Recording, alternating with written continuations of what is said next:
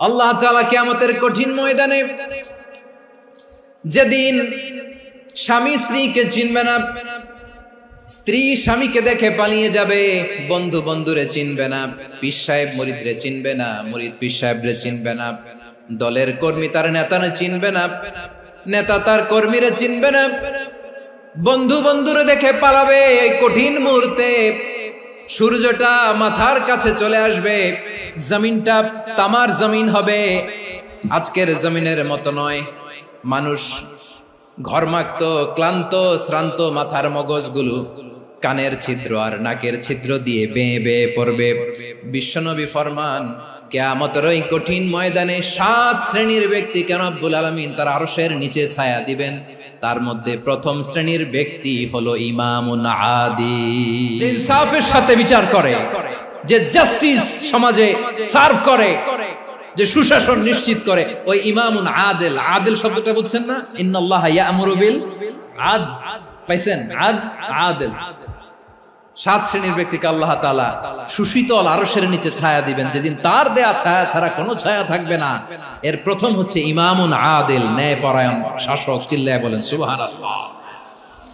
আবার বিশ্বনবী বললেন, ইন্নাল মুকসিতিনা ইনদাল্লাহি আলা মানাবিরা মিন নূর আন ইয়ামিনির রহমান। কিয়ামতের দিন যারা ন্যায় পরায়ণ হিসেবে আল্লাহর সামনে দাঁড়াবে, কিয়ামতের দিন রব্বুল আলামিন তার আরশের ডান দিকে ওই ন্যায় পরায়ণ লোকদের জন্য আরশের ডান দিকে একটা নূরের মিম্বারে তাদেরকে বসার সুযোগ করে দিবে।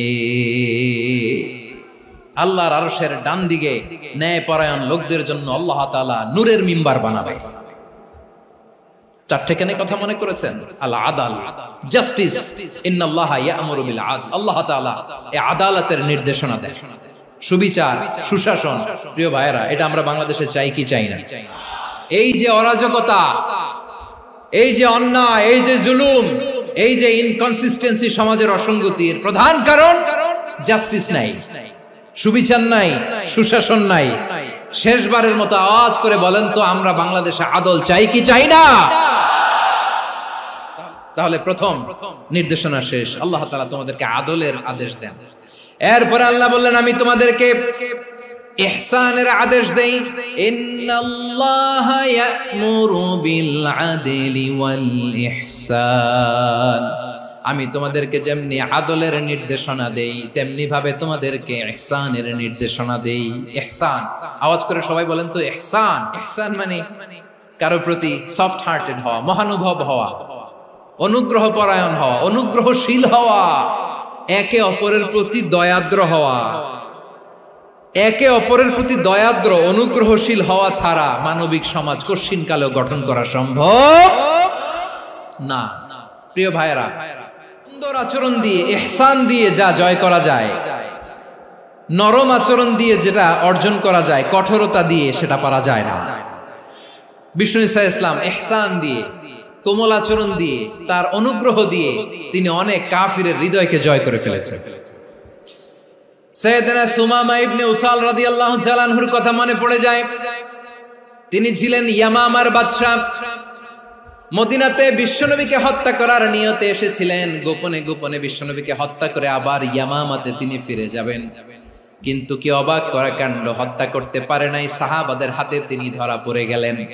সাইয়েদনা সুমামা ইবনে উসাল রাদিয়াল্লাহু তাআলা আনহু হত্যার নিয়তে আসলেন, কিন্তু হত্যা করতে পারলেন না। সাহাবারা ওনাকে ধরে ফেললেন, ধরে মসজিদে নববীর পিলারের মধ্যে বেঁধে রাখলেন। সুমামা ইবনে উসাল, সিরাত থেকে শোনাচ্ছি, রাদিয়াল্লাহু তাআলা আনহু ইয়ামামার অধিপতি ছিলেন। বিশ্বনবীকে হত্যার জন্য আসছেন, ধরা পড়ে গেছেন, এখন মসজিদে নববীতে বেঁধে রাখছেন। তার মানে বন্দী। এখন স্ট্যাটাস কি? বন্দী, ক্যাপটিভ। বিষ্ণু ঈসা ইসলাম সাহাবাদেরকে বললেন, তার খোঁজ খবর নিও, সুমামা ইবনে উসালের খোঁজ খবর নিও।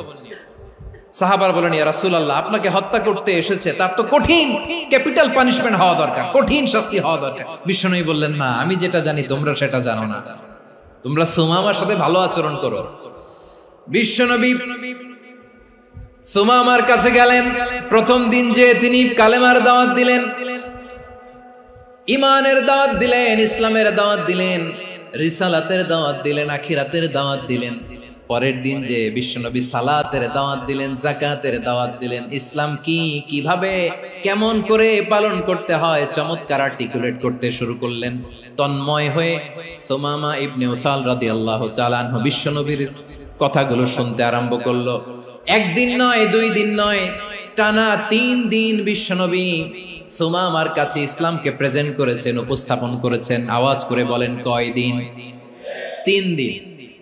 3 দিন মসজিদে নববীতে বাধা। আর সাহাবীদেরকে বললেন, তার খোঁজ খবর নিও, তোমরা যে রুটি বানাও এর মধ্যে সবচেয়ে ভালো আটার রুটিটা তারে দিও, সবচেয়ে রিফাইন্ড খেজুর, যেটা পিওর খেজুর, এটা তারে দিও। আর বিশ্বনবী নিজের উট থেকে দুধ দহন করে ওনার বাড়ির এক কর্মচারীকে বলেছেন, দুধ দহন করে সুমামার জন্য নিয়ে যেও। সুবহানাল্লাহ পড়বেন না? সবাই তো অবাক, ইয়ামামা থেকে আসছে নবীকে হত্যা করতে, বিশ্বনবী দেখে তারে জামাই আদর করে।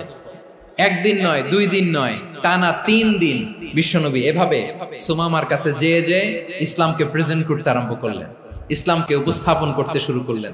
আর তাকে চমৎকার এন্টারটেইনমেন্ট, আপ্যায়ন দিতে আরম্ভ করলেন। টানা 3 দিন যখন ইসলামের দ্য বিউটিজ অফ ইসলাম, ইসলামের সুমহান বাণী, সৌন্দর্য তার কাছে উপস্থাপন শেষ, তাকে আপ্যায়ন শেষ, বিশ্বনবী বললেন সাহাবাদেরকে, যাও এবার সুমামার হাতের পায়ের রশি দুটো খুলে দাও। সাহাবারা তর্ক জুড়ে দিলেন, লা ইয়া রাসূলুল্লাহ, এমনটা করবেন না, তো ভয়ঙ্কর ভয়ঙ্কর খুনি, কি জানি কি হয়ে যায়। বিশ্বনবী বললেন, না, তার হাতে পায়ের রশিগুলো খুলে দাও। সাহাবারা বিশ্বনবীর কথা মতো তার হাতে পায়ের রশিগুলো খুলে দিল। সুমামা মুহূর্তের মধ্যে মসজিদে নববী থেকে বের হয়, ইয়ামামায় ফিরে না যে মসজিদে নববীর পাশে একটা খেজুর বাগান ছিল, সেখানে চলে গেলেন। সেখানে একটা ছোট্ট কুয়া ছিল, কুয়ার পানি দিয়ে তিনি গোসল করলেন। সুবহানাল্লাহ পড়েন।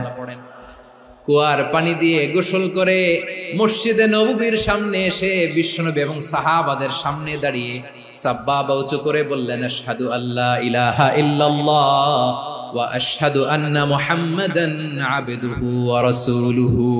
আমি সাক্ষ্য দিচ্ছি আল্লাহ ছাড়া কোনো ইলাহ নাই, আর মুহাম্মদ আল্লাহ তাআলার প্রেরিত বান্দা এবং রাসূল। প্রিয় ভাইয়েরা, ইহসান দিয়ে যা জয় করা যায়, কঠোরতা দিয়ে সেটা কঠিনকালেও জয় করা যায় না। আওয়াজ করে বলেন, ঠিক কি না? এবার সুমামা দাঁড়িয়ে বলে, ওগো নবী, আমি তো কালিমা পড়ে মুসলমান হয়ে গেলাম, এবার শোনেন, এই মুহূর্তের আগে আপনার চেহারার চাইতে নিকৃষ্ট কোনো চেহারা আমার কাছে ছিল না, কিন্তু শাহাদা পাঠ করার পরে আপনার চেহারার চাইতে উত্তম শ্রেষ্ঠ কোনো চেহারা আমার কাছে আর নাই। ও নবী, আজকের দিনের আগে ইসলাম ধর্মের চেয়ে নিকৃষ্ট অপছন্দনীয় কোনো ধর্ম আমার কাছে ছিল না, কিন্তু এই মুহূর্ত থেকে ইসলামের চেয়ে সেরা শ্রেষ্ঠ পছন্দনীয় কোনো ধর্ম আমার কাছে নাই। নবী গো, আজকের দিনের আগে মদিনার চাইতে অপছন্দনীয় নিকৃষ্ট কোনো শহর আমার কাছে ছিল না, কিন্তু এই মুহূর্তের পর থেকে মদিনার চাইতে কোনো শ্রেষ্ঠ শহর আমার জানা নাই। সে ছিল গমের বড় ডিলার, গম বেচত। কি বেচত? তার গম কিনে মক্কার লোকেরা রুটি খাইতো। সে ঘোষণা দিল, আজকে থেকে মক্কাবাসীদের জন্য সব গম আমি হারাম করে দিলাম, মক্কাবাসী এখন না খেয়ে মরে। সুবহানাল্লাহ পড়বেন না? মক্কাবাসী বিশ্বনবীর কাছে আসলেন, এসে বললেন, মুহাম্মদ, আমরা তো তোমার ভাই, তোমার চাচা, তোমার ভাতিজা, তোমার আত্মীয়, তুমি সুমামারে বলো সে যেন আবার গমের সাপ্লাই মক্কার জন্য অনুমতি দিয়ে দেয়। বিশ্বনবীর অনুমতি ক্রমে সুমামা আবার মক্কাতে গম পাঠাতে শুরু করলো। পড়েন সুবহানাল্লাহ। ইহসান, ইহসান দিয়ে আপনি যেটা জয় করতে পারবেন, you can win the heart of your enemies. ইহসান দিয়ে আপনি আপনার শত্রুর হৃদয়কে জয় করতে পারবেন। এজন্য আল্লাহ বললেন, ওয়া আনফিকু ফি সাবিলিল্লাহি ওয়া লা তুলকু বিআইদিকুম ইলাত তাহলুকা ওয়া আহসিনু ইন্নাল্লাহা ইউহিব্বুল মুহসিনিন। তোমরা আল্লাহর রাস্তায় দান করবে আর নিজেরা নিজেদেরকে ধ্বংসের হাতে ঠেলে দিও না। তোমরা একে অপরের প্রতি ইহসান করবে, কারণ ইহসানকারীদেরকে আল্লাহ বড় ভালোবাসেন। সুবহানাল্লাহ পড়েন। আবার সূরা রহমানে আল্লাহ বললেন, হাল জাযাউল ইহসানি ইল্লাল ইহসান ফাবিআইয়ি আলা, সবাই পড়েন ফাবিআইয়ি আলাই রাব্বিকুমা তুকাযযিবান। ইহসানের প্রতিদান হিসেবে ইহসানি হয়। বিশ্বনবী সুমামার প্রতি যেমন ইহসান করেছেন, সুমামাও ঠিক তেমন ইহসান ফিরিয়ে দিয়েছে, ঠিক কিনা বলেন? তাহলে এক নম্বরে হচ্ছে আদ, ন্যায় বিচার। দুই নম্বরে সবাই বলেন ইহসান, সদাচরণ। ইহসান দুই ধরনের প্রিয় ভাইরা, ইহসান ফিল ইবাদা, ইহসান ফিল মুআমালা। ইহসান ফিল ইবাদা হচ্ছে একাগ্র অনুভবে ইবাদতে ডুব দেওয়া, এর নাম ইবাদতের ইহসান। সুবহানাল্লাহ পড়ুন। বিশ্বনবী বলেন ইহসান মানে কি জানো নাকি? হাদিসে জিবরিলে সাইয়েদনা জিবরিল আলাইহিস সালাম বিশ্বনবীকে বললেন আখবিরনি আনিল ইহসান। নবী আমাদেরকে বলেন ইহসান মানে কি? বিশ্বনবী বললেন আনতা আবুদাল্লাহা কাআন্নাকা তারাহু ফাইন লাম তাকুন তারাহু ফাইন্নাহু ইয়ারাক। ইহসান মানে হলো এমন ভাবে তুমি আল্লাহর সামনে নিজেকে উজাড় করে ইবাদত করবে, তুমি ভাববে তুমি আল্লাহকে দেখতে পাচ্ছ। আর এটা যদি ভাবা তোমার জন্য কঠিন হয়ে যায়, অন্তত এতটুকু তুমি ভাববা যে আল্লাহ তোমাকে দেখতে পাচ্ছেন, ঠিক কিনা বলেন? ও আমার বীর চট্টলার ভাইয়েরা, কেউ যেটা দেখে না সেটা দেখে কে?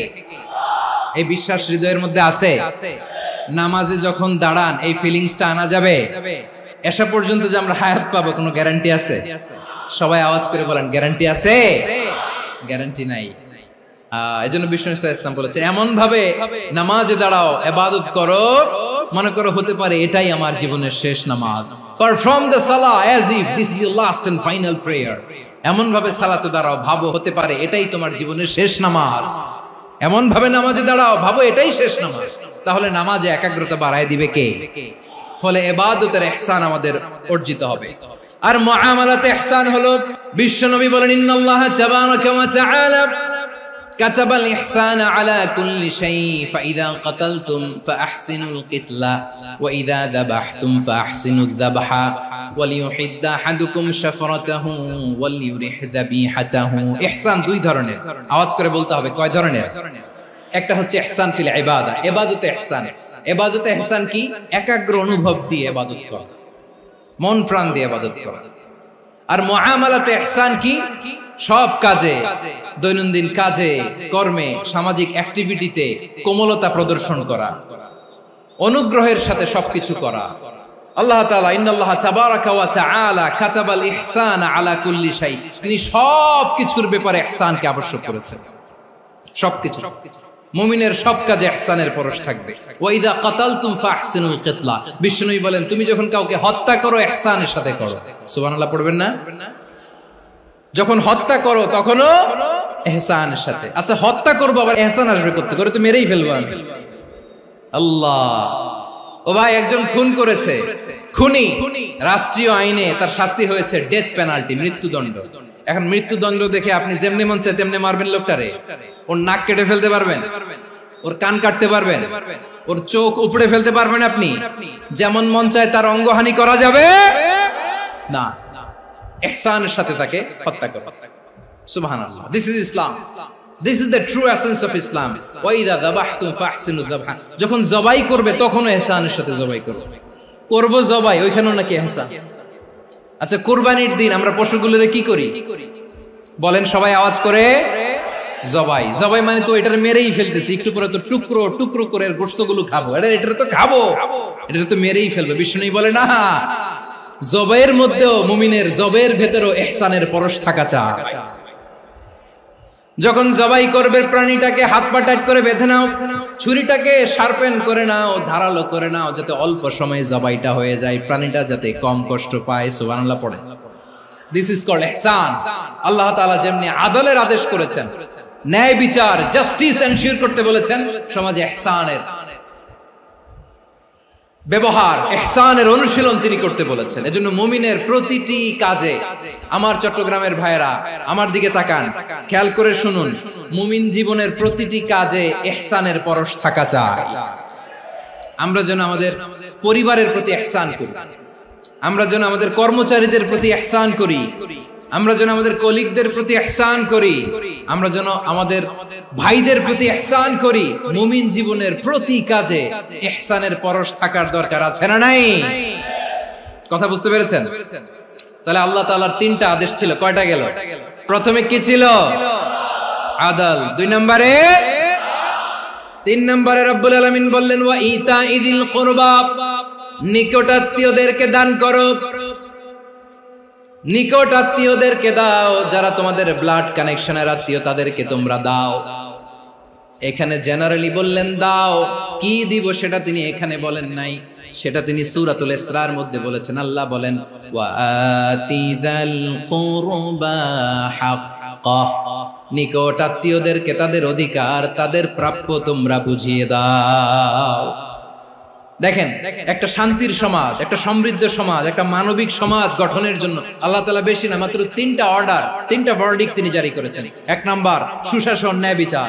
2 নাম্বার ইহসান। 3 নাম্বার নিকটাত্মীয়, যারা কাছের, তোমার ভেরি ক্লোজ রিলেশনশিপে আছে, তাদেরকে দাও।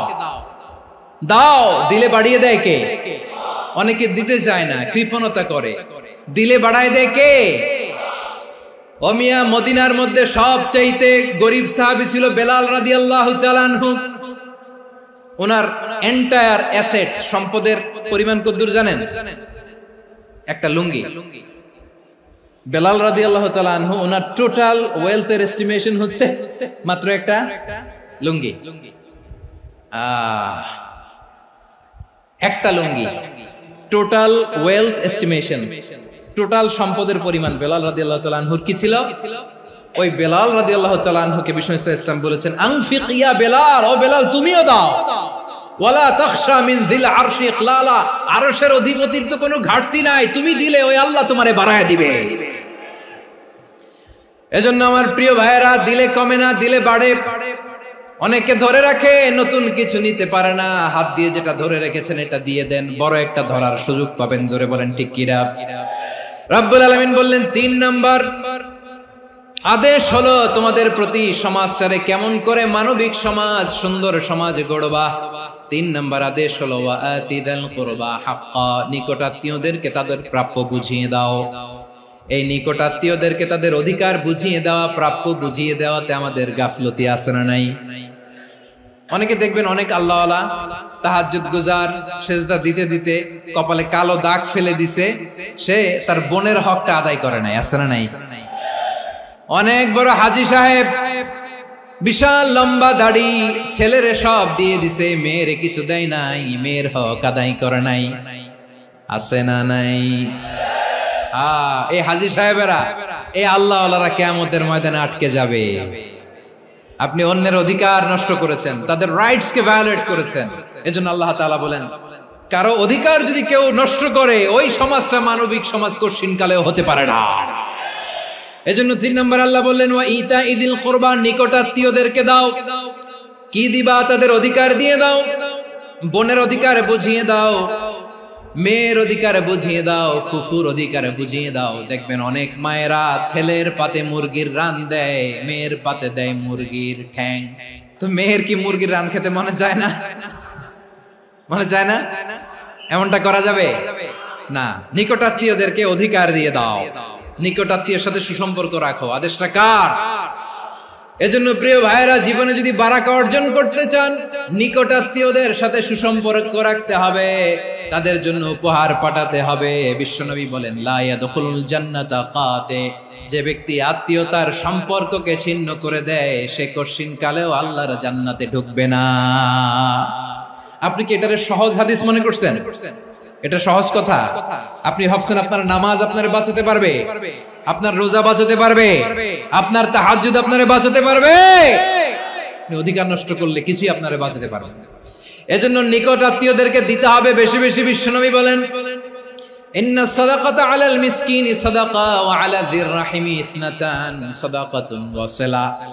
মিসকিন রে দান করলে শুধু দানের সওয়াব হয়, নিকট আত্মীয়কে দান করলে 2টার সওয়াব হয়, সাদাকার সওয়াব হয়, আবার আত্মীয়তার বন্ধন অটুট রাখার সওয়াব হয়ে যায়। আবার বিশ্বনবী বললেন মান সাররাহু আইয়ুবসাতা লাহু ফি রিজকিহি ওয়া ইনসালাহু ফি আসারিহি ফালইয়াসিল রাহিমা। যে ব্যক্তি তার রিজিকের প্রশস্ততা চায় আর হায়াতে বরকত চায়, সে যেন তার আত্মীয়ের সাথে সুসম্পর্ক রাখে। আমার প্রিয় চট্টলার ভাইয়েরা, আমাদের রিজিক বাড়ুক, এটা আমরা চাই কি চাই না? সবাই চান? হ্যাঁ, আমাদের রিজিকে প্রশস্ততা আসুক, চাই কি চাই না? আমাদের হায়াতে বরকত আসুক, আমরা চাই কি চাই না? এই দুইটা যদি চান তাহলে নিকটাত্মীয়দের সাথে সুসম্পর্ক রাখবেন। পারবেন? তাহলে সমাজটারে মানবিক সমাজ বানায় দিবে কে? তিনটা আদেশ চলে গেল। 1 নম্বরে কি ছিল? 2 নম্বরে, 3 নম্বরে নিকটাত্মীয়দেরকে দান। আল্লাহ তাআলা তিনটা জিনিসের যেমনি আদেশ করেছেন, অনুরূপ ভাবে তিনটা বিষয় তিনি বারণ করেছেন, নিষেধ করেছেন। ওগুলোর কাছেও যাওয়া যাবে। রাব্বুল আলামিন বলেন, ওয়ায়ানহা আনিল ফাহশাই ওয়াল মুনকারি ওয়াল বাগি। আমি যেমনি তিনটি বিষয়ে আদেশ করলাম, অনুরূপ ভাবে তিনটি বিষয়ে বারণ করলাম, নিষেধ করলাম। আমার 1 নাম্বার নিষেধাজ্ঞা হলো অশ্লীলতার প্রতি। ফাহশা, ওয়ায়ানহা আনিল ফাহশা, আল্লাহ তাআলা অশ্লীলতাকে নিষেধ করেছেন। কোন জিনিসকে? সবাই বলুন, কোন জিনিসকে? যত ধরনের, যত টাইপের, যত ক্যাটাগরির অশ্লীলতা হতে পারে সব অশ্লীলতাকে হারাম করেছেন কে? ফাহশা মানে কি? কথায়, কাজে, আচরণে, কমেন্ট, ফেসবুকের কমেন্টসে যত ধরনের নোংরামো আছে, যত ধরনের অশ্লীলতা আছে, এটাকে আরবিতে বলে ফাহশা। রাব্বুল আলামিন বলেন, কুল ইন্নামা حرم ربي الفواحش ما ظهر منها وما بطن। ও নবী, আপনি বলে দেন, আমার রব প্রকাশ্য, অপ্রকাশ্য, স্পষ্ট কিংবা অস্পষ্ট, দৃশ্যমান কিংবা অদৃশ্যমান সব অশ্লীলতাকে হারাম করেছেন। সব ধরনের অশ্লীলতা হারাম। আল্লাহ তাআলা আমাদেরকে অশ্লীলতা থেকে বাঁচান। এবার বলেন, আমাদের সমাজে অশ্লীলতা আছে না নাই? অশ্লীলতা নানা ভাবে, নানা নামে, নানা মোড়কে আমাদের সমাজে আছে না নাই? সংস্কৃতির নামে, ফ্যাশনের নামে, বিনোদনের নামে, উপন্যাসের নামে, কনসার্টের নামে অশ্লীলতা আছে না নাই? আপনি দেখেছেন কনসার্টগুলোর অবস্থা? আমাদের তরুণ তরুণীরা, আমাদের যুবক যুবতীরা, আমাদের জেনজিরা, কি অবস্থা ওইখানে? কনসার্টের নামে অশ্লীলতা আছে না নাই? ছেলে মেয়ে একে অপরকে জড়ায় ধরতেছে, একে অপরকে চুমু খাচ্ছে, প্রকাশ্যে, দিবালোকে, গণমানুষের সামনে। আল্লাহ তাআলা এই অশ্লীলতা থেকে আমাদেরকে বেঁচে থাকতে বলেছেন। রূপালী জগতের নামে অশ্লীলতা আছে না নাই? এই টার্মটা আপনারা জানেন না? রূপালী জগৎ কি জগৎ? আসলে কি রূপালী জগৎ না অন্ধকার জগৎ? আমার বোনেরা, আপনাদেরকে যে কি বলে তারা বুঝায়, রূপালী জগৎ শুনেই আপনি ভরকে যাবেন না। রূপালী জগতে যে নারী যত বেশি উলঙ্গ, সে নাকি তত বেশি সাহসী। জানেন? বলে এটা একটা সাহসী নারী, খুব সাহসী পদক্ষেপ তার। যত বেশি শরীর থেকে কাপড় নামাতে পারবে, যত বেশি বস্ত্রহীন হয়ে নিজেকে প্রেজেন্ট করতে পারবে, সে নাকি তত বেশি সাহসী। আমার চট্টলার ভাইয়েরা, শয়তানের প্রথমে এজেন্ডা ছিল বনি আদমকে বস্ত্রহীন করা। সে আদম এবং হাওয়া আলাইহিস সালামকে নিষিদ্ধ গাছের ফল খাইয়ে তাদেরকে বস্ত্রহীন করেছে। এই জামিনেও সে আমাদেরকে বস্ত্রহীন করতে চাইবে। এই রূপালী জগতের নামে তারা এটা করে। আমার প্রিয় বোনেরা, আপনি জানেন না আপনার দাম কত? ওরা আপনাদেরকে বিজ্ঞাপনের সস্তা পণ্য বানাতে চায়। ওরা আপনাদেরকে ওদের ভোগের লিপসার টুলস বানাতে চায়। ওরা আপনাদেরকে দিয়ে ওদের খায়েশ পূরণ করতে চায়। এটা আপনাদের জন্য মোটেও ডিগনিটি নয়, এটা আপনাদের জন্য সম্মান নয়। আপনার সম্মান শালীনতায়, আপনার সম্মান হেজাবে, আপনার সম্মান ভদ্রতায়, আপনার সম্মান আপনার ডিসেন্ট পোশাকে। পোশাক বলে দেয় এই নারীটা ভদ্র না অভদ্র। পোশাক বলে দেয় এই মেয়েটা কোন ঘরের মেয়ে। আপনি জানেন না, আপনারা সস্তা পণ্য বানায়, ভোগের পণ্য, বিলবোর্ডে আপনাকে উলঙ্গ করে উপস্থাপন করে। এই অশ্লীলতার সাথে ইসলামের কোন সম্পর্ক। এজন্য আল্লাহ বলেন, আমি অশ্লীলতাকে হারাম করেছি। অশ্লীলতাকে হারাম করার প্রথম কারণ হলো এর মাধ্যমে মানবতাকে অপমানিত করা হয়। কারণ মানুষের সম্মান মানুষের পোশাকে। মানুষ যখন পোশাকহীন হয়ে যায়, বস্ত্রহীন হয়ে যায়, তার সম্মান কমে যায়। ঠিক কিনা? অশ্লীলতাকে হারাম করার প্রথম কারণ হচ্ছে মানুষ মানুষকে অপমান করে। একটা নারী, সে তো সম্মানিত, নারী যে কত সম্মানিত নারীর এটা বুঝেই নাই। বিশ্বনবী বলেন আদ-দুনিয়া কুল্লুহা মাতা ওয়া খায়রু মাতা'আদ দুনিয়া আল মারআতুস সালিহা। আমার বোনেরা, 5টা প্যান্ডেলে আপনারা এলইডিতে আমার আলোচনা শুনছেন, আমি জানি। আপনাদের এই গর্ভ যে কত দামি আপনি জানেন না। আপনার পেট থেকেই আসবে আগামী দিনের সালাহুদ্দিন আল আইয়ুবী, আপনার পেট থেকেই আসবে অনাগত দিনের ইমাম মাহদী আল মুনতাযর, আপনার পেট থেকেই আসবে অনাগত দিনের ফয়সাল, ওয়াসিম, মুগ্ধ, আবু সাইদের মতো বীর যোদ্ধা।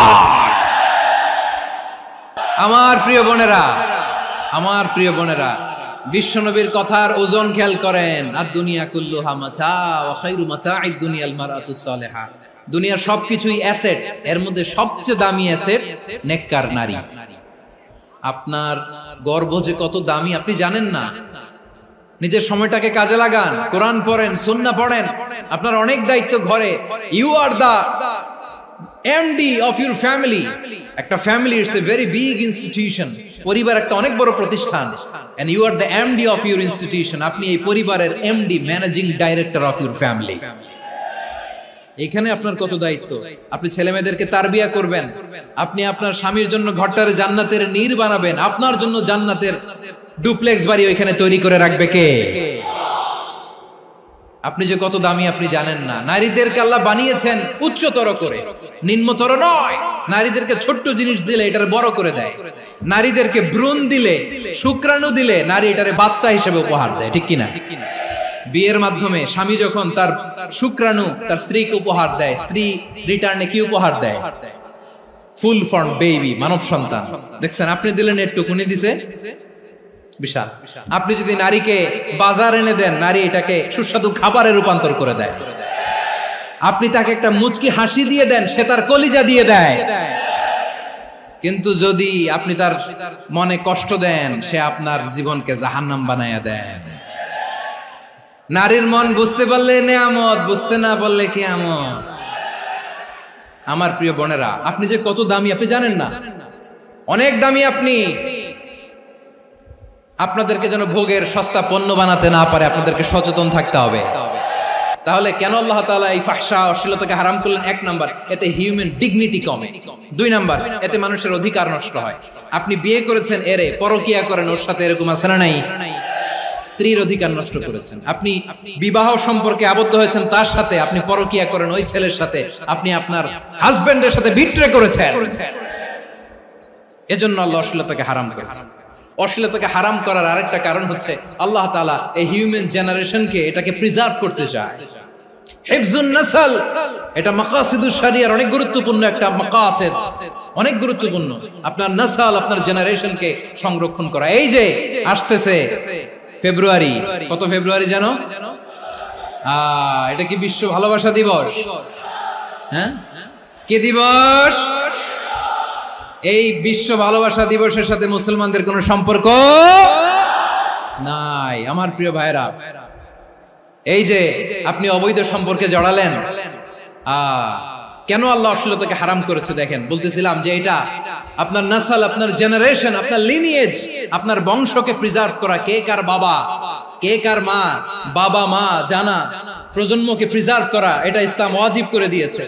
এই যে অবৈধ সম্পর্কের কারণে, বিশ্ব বেহায়া দিবসের কারণে, এগুলোর আউটকাম, আউটপুট হিসেবে মাঝে মাঝে এই ঢাকা মেডিকেলের ডাস্টবিনে নবজাতকের বাচ্চার কান্নার আওয়াজ শুনতে পাওয়া যায়।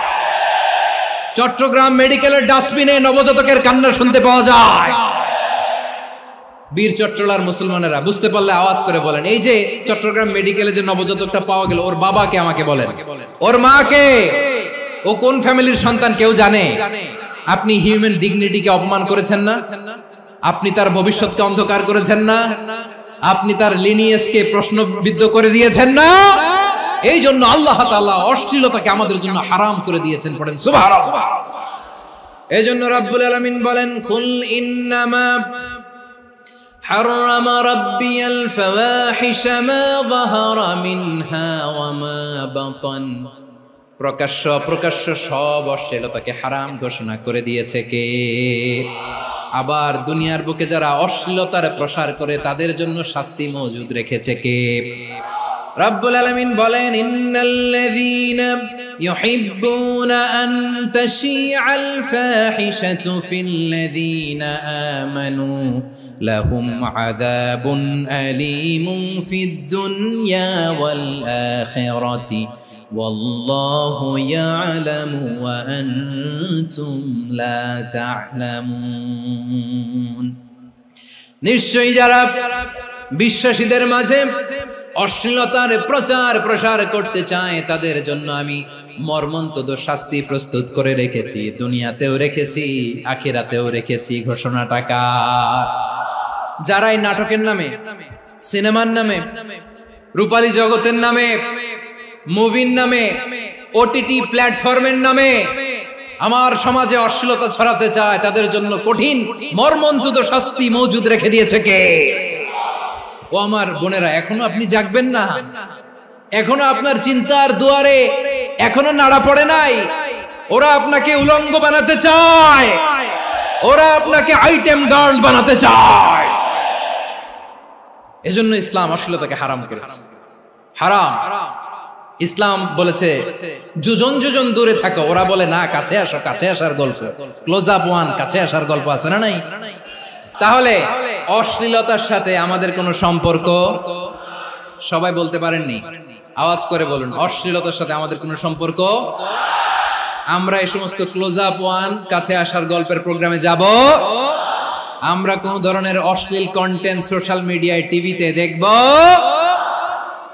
কি যুগ যে আমরা কাটাচ্ছি আপনি কল্পনা করতে পারবেন না। পর্ন ইন্ডাস্ট্রি, নারী পুরুষের বস্ত্রহীন যুগল দৃশ্য, এটাকে দিয়ে ওরা কোটি ডলারের ইন্ডাস্ট্রি বানিয়েছে। পুরো মানব ইতিহাসে এরকম জঘন্য সময় মানব ইতিহাস পার করে নাই। পর্ন এটা ইন্ডাস্ট্রি হয়ে গেছে। আমাদের এই যুবকগুলো, জেনজি গুলো, ওদের চরিত্র বাঁচাবে কি করে? কেমন করে হেফাজত করবে ওদের এই মূল্যবান চরিত্র? আমার প্রিয় ভাইরা, এই অশ্লীলতার দ্য লেটেস্ট ভার্সন হচ্ছে LGBTQ, শরীফ থেকে শরীফা। শুনছেন আপনারা? দেখতে পুরুষ, আসলেই পুরুষ, সুস্থ একজন পুরুষ, 4 সন্তানের বাবা, বলে আমি মনে মনে নারী। দেখতে নারী, সুস্থ নারী, আসলেই সে দিব্যি একজন নারী, বলে আমি মনে মনে পুরুষ। সবচেয়ে ভয়ঙ্কর অশ্লীলতার সবচাইতে লেটেস্ট ভার্সন হচ্ছে এই ট্রান্সজেন্ডারিজম। সুস্থ পুরুষ তার বায়োলজিক্যাল গ্রোথকে হরমোন দিয়ে স্টপ করে দিয়ে সে সার্জারি করে নারী হতে চায়, সুস্থ নারী পুরুষ হতে চায়। পুরুষ পুরুষের প্রতি সেক্সুয়ালি আকর্ষণ বোধ করে, এটা লূত আলাইহিস সালামের কওমের মধ্যে ছিল। এটাকেও আল্লাহ কোরআনে ফাহিশা বলেছেন। ওয়ালুতান ইয قال لقومه أتأتون الفاحشة ما سبقكم بها من أحد من العالمين। লূত আলাইহিস সালাম বললেন, তোমরা কি এমন এক অশ্লীল কার্যক্রমে ডুব দিলে নাকি যেটা গোটা বিশ্বের কেউ কখনো করে নাই, তোমরাই প্রথম করেছো? পড়েন নাউযুবিল্লাহ। এই পশ্চিমের এই রোগ আমার দেশে যেন আসতে না পারে, আমাদের সজাগ থাকতে হবে। প্রিয় ভাইরা, চিল্লায় বলেন ঠিক কি না? পশ্চিমের অবস্থা ভয়ঙ্কর। পাশ্চাত্যে, আমি যুক্তরাষ্ট্রে ছিলাম অনেকদিন, কয়েক মাস, বিভিন্ন স্টেটে ঘুরেছি। গার্ডিয়ানরা উদ্বিগ্ন, ছেলে মেয়েদেরকে, ছোট্ট ছেলে মেয়ে, ওদেরকে জিজ্ঞেস করে, তুমি how do you feel right now inside yourself? তুমি ভিতরে ভিতরে কেমন ফিল করো? তোমার কি ছেলে ছেলে লাগে না মেয়ে মেয়ে লাগে? আচ্ছা বলেন, এই ছোট্ট বাচ্চাটা ওকে এগুলো জেন্ডার অ্যাসাইনমেন্ট বলতে এগুলো কিছু বুঝে? এইভাবে মিসগাইড করা হচ্ছে। কৌতূহল বশত ছোট্ট ছেলে যদি বলে আমার তো মেয়ে মেয়ে লাগে, তখন বলে যে না তুমি মেয়ে, ছেলে না। মা বাবা বাধা দিলে ওকে আলাদা গভর্নমেন্ট হাউসে নিয়ে যায়। ভয়ঙ্করতম অবস্থা। আমরা একটা সময় শুনতাম যে হুজুর আমার ছেলেটা খুব ভালো, হাফেজে কোরআন, আল্লাহওয়ালা। হুজুর আমার ছেলে দাড়ি রাখছে, আল্লাহওয়ালা। হুজুর আমার ছেলে 5 ওয়াক্ত সালাত জামাতের সাথে পড়ে, তার মানে আল্লাহওয়ালা। পশ্চিমে যে আমি কি শুনছি জানেন? ওরা বলে হুজুর আমার ছেলেটা ইউনিভার্সিটির একটা মেয়ের সাথে প্রেম করে, ও খুব আল্লাহওয়ালা, হুজুর দোয়া করবেন। এর কারণ ওদের কাছে আল্লাহওয়ালার ক্রাইটেরিয়া হচ্ছে, হুজুর আমার ছেলেটা আরেক ছেলের পছন্দ করে নাই, আমার মেয়েটা আরেক মেয়েকে ভালোবাসে নাই, এজন্য আমার ছেলেটা আল্লাহওয়ালা, হুজুর ওর জন্য একটু দোয়া করে দিয়ে। কি চ্যালেঞ্জ ওরা ফেস করতেছে। ওনার ছেলে যে আরেক ছেলেরে বিয়ে করবে না, এটাতেই উনি খুশি যে আলহামদুলিল্লাহ আমার ছেলেটা একটা মেয়েরে ভালোবাসে, আমার মেয়েটা একটা ছেলেরে ভালোবাসে, মানে এটা খুব আল্লাহওয়ালা। নাউজুবিল্লাহ পড়তে পারলেন না? এজন্য অশ্লীলতার সাথে আমাদের কোন সম্পর্ক। রব্বুল আলামিন বলেন ওয়ায়ানহা আনিল ফাহশাই ওয়াল মুনকারি ওয়াল বাগি, তিনটা জিনিসকে আমি নিষিদ্ধ করলাম। এক নাম্বার হলো ফাহশা, অশ্লীলতা। দুই নম্বরে হলো মুনকার, সমস্ত মন্দ কাজ। মুনকার মানে হচ্ছে যত মন্দ কাজ, খারাপ কাজ, বাজে কাজ, এটার বলে মুনকার। এটার কি বলে? আপনারা পড়ছেন না, তা'মুরুনা বিল মা'রুফি ওয়া তানহাউনা আনিল মুনকার। সৎ কাজের আদেশ, অসৎ কাজের নিষেধ। মুনকার, মুনকার হচ্ছে মানুষের স্বাভাবিক বিবেকবোধ যেটাকে খারাপ বলে, ওইটাই মুনকার। পৃথিবীর সব আসমানি গ্রন্থ যেটাকে খারাপ বলেছে, মানুষের স্বাভাবিক বিবেকবোধ যেটাকে খারাপ বলেছে, এগুলো সব মুনকার। যেমন ইফতিজিং, এটা কি ভালো না খারাপ? মজুদদারি, খাদ্যে ভেজাল দেওয়া, ওজনে কম দেওয়া, মাছে ফরমালিন মিশানো, চাঁদাবাজি, টেন্ডারবাজি, দখলবাজি, এগুলো আমাদের স্বাভাবিক বিবেকেই বলে এগুলো খারাপ, এগুলো হচ্ছে মুনকার। আল্লাহ তাআলা এই মুনকার থেকে আমাদেরকে বেঁচে থাকতে বলেন, আর শয়তান এই মুনকারের প্রতি আমাদেরকে উদ্বুদ্ধ করে। আল্লাহ তাআলা বললেন, ইয়া আইয়ুহাল্লাযীনা আমানু লা তাত্তাবিউ খুতুওয়াতিশ শাইতান ওয়া মান ইয়াত্তাবি' খুতুওয়াতিশ শাইতানি ফাইন্নাহু ইয়া'মুরু বিল ফাহশাই ওয়াল মুনকার। আল্লাহ বললেন, আমার গোলামেরা শোনো শোনো, ও আমার বিশ্বাসী বান্দারা খবরদার, তোমরা কশিনকালেও শয়তানের পদাঙ্ক অনুসরণ করবে না, কারণ শয়তান তোমাদেরকে অশ্লীলতা এবং মন্দ কাজের দিকে উদ্বুদ্ধ করে। আমাদের কাজ হচ্ছে শয়তান আমাদেরকে যেদিকে নিতে চায় আমরা তার উল্টা দিকে যাব। শয়তান এই মন্দ কাজকে আমাদের কাছে বিউটিফাই করে, চাকচিক্যময় করে আমাদের সামনে উপস্থাপন করে। এজন্য আল্লাহ বলেন মুনকারকে থামাতে হবে, মুনকার প্রতিরোধ করতে হবে। মুনকার প্রতিরোধের দায়িত্ব শুধু আমাদের নাকি?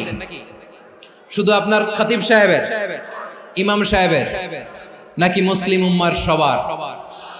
আওয়াজ করে বলুন, মুনকার অসৎ কাজ প্রতিরোধের দায়িত্ব কার? রাব্বুল আলামিন বলেন, কুনতুম খায়রা উম্মাতিন উখরিজাত লিন-নাসি তা'মুরুনা বিল মা'রুফি ওয়া তানহাউনা আনিল মুনকার। তোমাদেরকে শ্রেষ্ঠ জাতি করে জমিনের মধ্যে আবির্ভূত করা হয়েছে, যাতে করে তোমরা জমিনের ভেতরে সৎ কাজের আদেশ করতে পারো আর অসৎ কাজের নিষেধ করতে পারো। উম্মাহ, কুনতুম খায়রা, তাহলে গোটা উম্মার দায়িত্ব, এটা বুঝতে পারছেন তো? আচ্ছা, আরো নিচে আসেন। এরপরে আল্লাহ বললেন, শুধু উম্মাহ না, এই জমিনের রাজত্ব আমি যাদের হাতে দেই, এই জমিনের মালিক আমি যাদেরকে বানিয়ে দেই, যাদেরকে আমি সরকারের দায়িত্ব দেই, তাদেরকেও মুনকার প্রতিরোধের দায়িত্ব দিয়েছে কে? আল্লাহ বলেন, যারা ক্ষমতার মসনদে বসেছে তাদেরকে 4 দফা কর্মসূচি আমি আল্লাহ দিলাম। আওয়াজ করে বলেন, কয় দফা? আল্লাহ বলেন, আল্লাযীনা ইম্মাক্কান্নাহুম ফিল আরদি আকামুস সালাতা ওয়া আতাউয যাকাতা ওয়া আমারু বিল মা'রুফি ওয়া নাহাউ আনিল মুনকার ওয়ালিল্লাহি আকিবাতুল উমুর। যারা এই জমিনের উত্তরাধিকার হয়েছে তারা 4 দফা কর্মসূচি নিয়ে সামনে আগাবা। সালাত কায়েম করবা, যাকাত আদায় করবা, সৎ কাজের আদেশ দিবা, অসৎ কাজ থেকে মুনকার প্রতিরোধ করবা। আদেশটা কার? আমার প্রিয় চট্টলার ভাইরা, পুরো উম্মার দায়িত্ব মুনকার প্রতিরোধ করা, সরকার প্রধানের দায়িত্ব মুনকার প্রতিরোধ করা। এরপর আল্লাহ বলেন, প্রতিটা ফ্যামিলির যিনি প্রধান সিইও বাবা, প্রত্যেক বাবারও দায়িত্ব এই মুনকার প্রতিরোধ করা। আওয়াজ করে বলেন ঠিক কি না? যেমনটি সাইয়েদনা লুকমান আলাইহিস সালাম ওনার কলিজার টুকরা সন্তানকে আদেশ করেছেন, ইয়া বুনাইয়া আকিমিস সালাতা ওয়া'মুর বিল মা'রুফি ওয়ানহা আনিল মুনকার। পড়েন সুবহানাল্লাহ। বাবা ছেলেকে সবক দিচ্ছে। লোকমান আলাইহিস সালাম ছেলেকে বলতেছে, ওরে আমার কলিজার টুকরা সন্তান, ওরে আমার বাছা, নামাজ কায়েম করবা, সৎ কাজের আদেশ দিবা, আর মুনকার প্রতিরোধ করবা, অসৎ কাজ, সমাজ থেকে খারাপ কাজকে ঝেঁটে বিদায় করে দিবা। তাহলে দেখেন আমি স্টেপ বাই স্টেপ নামলাম। পুরা উম্মার দায়িত্ব, জমিনের উত্তরাধিকারী আল্লাহ যাদেরকে বানিয়েছেন সরকার, তাদের দায়িত্ব, প্রতিটি ফ্যামিলির প্রধানের দায়িত্ব, এরপরে বিশ্বনবী বলেন সচেতন প্রতিটি মুসলিমের দায়িত্ব সমাজ থেকে মুনকারকে উৎখাত করা। বিশ্বনবী বলেছেন, মান রাআ মিনকুম মুনকারান ফালিয়ুগাইয়িরহু বিয়াদিহি ফাইন লাম ইয়াসতাতি ফাবিলিসানিহি ওয়া ইন লাম ইয়াসতাতি ফাবিকলবিহি ওয়া যালিকা আযআফুল ঈমান। সমাজে যে মুনকার দেখবে, খারাপ কাজ দেখবে, সে যেন হাত দিয়ে সেটাকে থামায়। আমার প্রিয় ভাইরা, না থামালে আমরাই ডুববো শেষমেশ। আমাদের বাঁচার জন্য হইলেও থামাইতে হবে। রব্বুল আলামিন বলেন, ওয়াত্তাকু ফিতনাতাল লা তুসিবান্নাল্লাযীনা যালামু মিনকুম খাসসা। ও আমার গোলামেরা, ওই আযাবকে ভয় করো যে আযাব যখন আমি জমিনের বুকে পাঠাই শুধু জালেমদেরকেই মারি না, আলেমদেরকেও মারি। আযাব যখন আসে তখন শুধু জালিমই মরে না, আলেমও মরে। জানেন মুসা আলাইহিস সালামের পায়ে একবার লাল পিঁপড়া, তো উনি রেগে মেগে পাশি দেখে লাল পিঁপড়ার বাসা, পা দিয়ে ডলে মুছে সবগুলো পিঁপড়া মেরে ফেলছে। এই ঘটনাটা আল্লাহ ঘটিয়েছেন। এজন্য মুসা আলাইহিস সালাম ছিলেন কালিমুল্লাহ, সরাসরি আল্লাহর সাথে কথা বলতেন। তিনি আল্লাহকে জিজ্ঞেস করেছিলেন, আল্লাহ তুমি যখন কোন জনপদে আযাব পাঠাও, শাস্তি দাও, ওখানকার শুধু জালেমরাই তো মরে না, ভালো মানুষগুলাও মরে, তো আযাব দিবা মুশরিকদের উপর দিবা, অবাধ্যদের উপর দিবা, ভালো মানুষগুলোরে মারো কেন? আল্লাহ বললেন, মুসা তোমার যে কামড় দিছিল পায়ের মধ্যে পিঁপড়া, কয়টা পিঁপড়া? একটা পিঁপড়া, তো সবগুলারে মারলা কেন? রেগে মেগে পুরো পিঁপড়ার বাসা ভেঙে মেসাকার করলা কেন? আমি যখন অ্যাকশনে যাই, আমি যখন শাস্তি দেই, তখন এত বাস বিচার করা হয় না, বাস বিচার করা যায় না। যখন অ্যাকশনে যাওয়া হয় ওইটা ডাইরেক্ট অ্যাকশন হয়ে যায়। চিল্লায় বলো ঠিক কি না?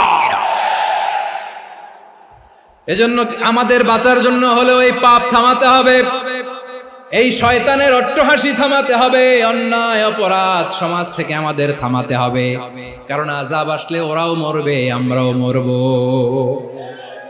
একটা জাহাজ 2 তলা, আপনি আছেন 2য় তলায়। নিচের তলার কিছু লোক জাহাজের তলা ছিদ্র করতে আরম্ভ করছে। কি ছিদ্র করতেছে?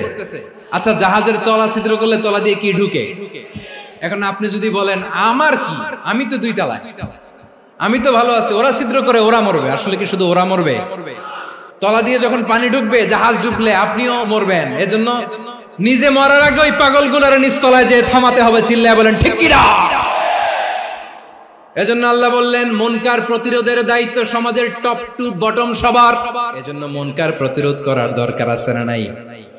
সমাজে এই যে ইফটিজিং হয়, আপনার বোনের বয়সী একটা মেয়েকে কিছু বকাটে টিটকারি করে, এই বলে সেই বলে, নোংরা কথা বলে, রাস্তায় দেখেও আপনি পাশ দিয়ে না দেখার মতো চলে যান কেন? আপনি দাঁড়ান না কেন? আপনি দাঁড়ালেই তো থেমে যাবে, কারণ সত্যের যে শক্তি তার সামনে মিথ্যা মুখ থুবড়ে পড়ে। আপনার সামনে ও কিছুই না, নাথিং। আপনি দাঁড়ান, ওকে প্রশ্ন করেন যে আমার বোনকে তুমি ডিস্টার্ব করো কেন? আপনাকে দেখে আরো 5 জন দাঁড়াবে, 5 জনকে দেখে আরো 10 জন দাঁড়াবে। আমাদের নীরবতা আর আমাদের নিশ্চুপ থাকাই জালিমদেরকে আরো শক্তিশালী জালিম বানিয়েছে। এজন্য মুনকার প্রতিরোধের দায়িত্ব আমাদের সবার। টেন্ডারবাজি, চাঁদাবাজি, দুর্নীতি, অপরাধ, দখলদারিত্ব, মজুদদারি, এগুলো সবকিছু একসাথে প্রতিরোধ করতে হবে। ঠিক কিনা বলেন? একটা মানবিক সমাজ যদি চাই, প্রতিরোধ করতে হবে। প্রিয় ভাইয়েরা, আল্লাহর শপথ নিয়ে বলি, এই নাসিহাত গুলো সবার জন্য, সব দলের জন্য, সব মতের মানুষের জন্য। আমরা কোন দলের প্রতি মানুষকে ডাকি না, আমরা ডাকি ইসলামের দিকে।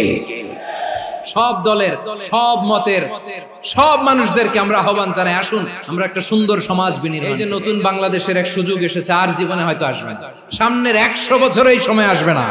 আসুন দেশটাকে আমরা সাজাই, আসুন আমরা দুর্নীতি বন্ধ করি, আসুন আমরা চাঁদাবাজি বন্ধ করি, আসুন আমরা দখলদারিত্ব বন্ধ করি, আসুন আমরা এক দল আরেক দলকে নিশ্চিহ্ন করার যে রাজনীতি, এটা বন্ধ করি।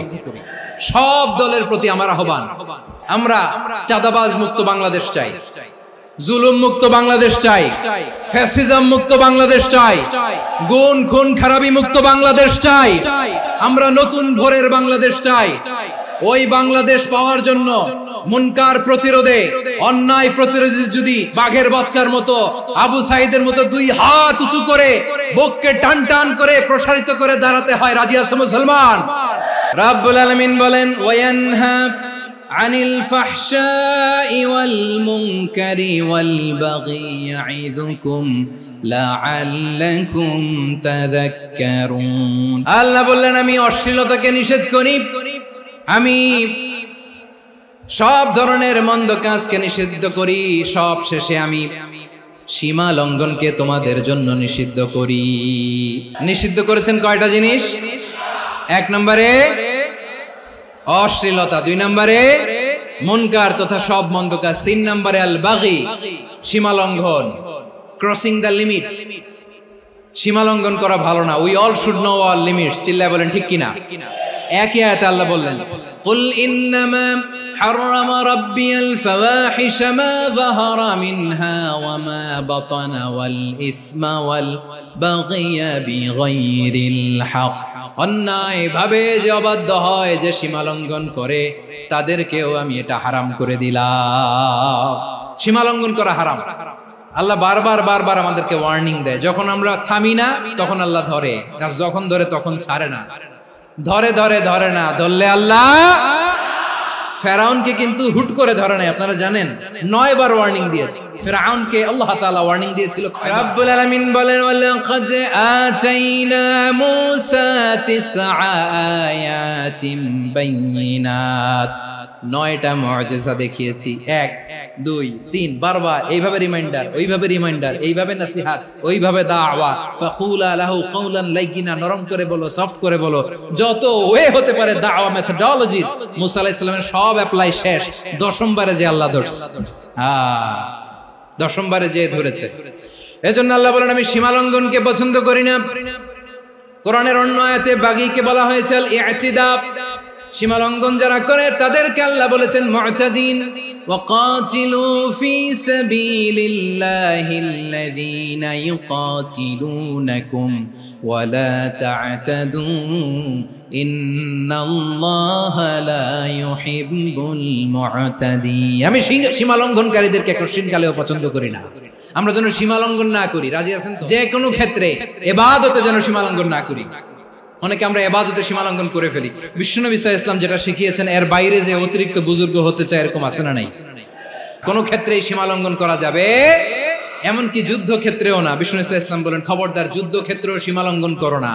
কি সুন্দর ইসলাম আমরা পেয়েছি। বিশ্বনবী বলেন, খবরদার যুদ্ধের ময়দানে কোনো নারীর গায়ে হাত তোলো না, কোনো শিশুর গায়ে হাত তোলো না, কোনো গবাদি পশু হত্যা করো না, কোন শস্য ক্ষেত্র ধ্বংস করো না, ইবাদতরত অন্য ধর্মের কোন সন্ন্যাসীর গায়ে হাত তুলো না। বলেন সুবহানাল্লাহ।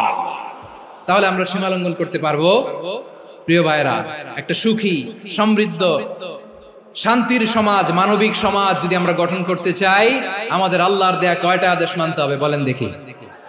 আর বেঁচে থাকতে হবে কয়টা জিনিস থেকে? আল্লাহর আদেশ কি? 1 নাম্বার আদাল, ন্যায়পরায়ণতা।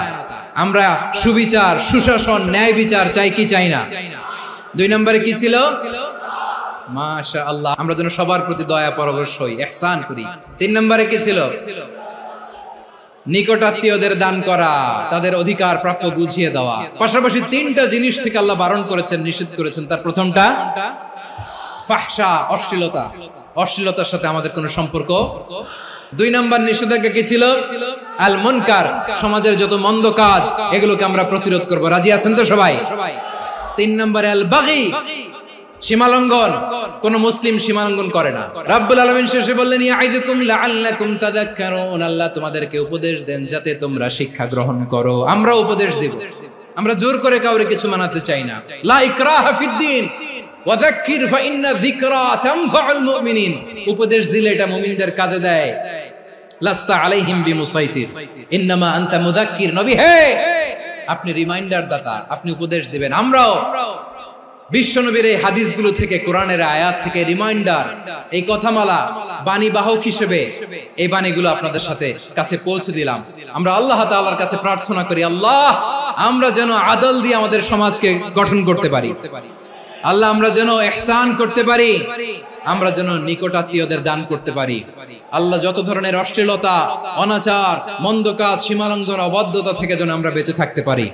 আল্লাহ তাআলা আমাদের সবাইকে কবুল করার তৌফিক দান করুক। হাযা মা ইনদি ওয়াল ইলমু ইনদাল্লাহ আলাইহি তাওয়াক্কালতু ওয়া ইলাইহি উনীব।